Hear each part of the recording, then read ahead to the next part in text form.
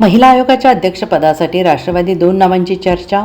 राष्ट्रवादी पक्षात चर्चा सुरू. नाशिक बंधुबाबा अशोक खरात याच्या अटकेनंतर त्याचे अनेक कारनामे उघडकीस येत आहेत. अशोक खरात याची पाद्यपूजा करतानाचा आणि त्याच्या डोक्यावर छत्री धरल्याचे रुपाली चाकणकर यांचे फोटो व्हायरल झालेले आहेत. त्यानंतर अनेकांनी पत्रकार परिषदा घेऊन त्यांच्यावर टीका केल्यानंतर काल शुक्रवारी रात्री महिला आयोगाच्या अध्यक्षपदाचा रुपाली चाकणकर यांनी राजीनामा दिला आहे. त्यानंतर आता पुढच्या अध्यक्ष कोण होणार याची राष्ट्रवादी पक्षात चर्चा सुरू आहे.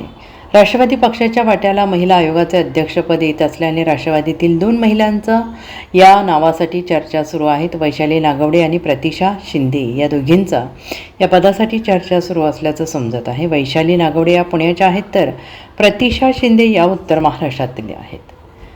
Bureau report SBN Marathi, Nashik.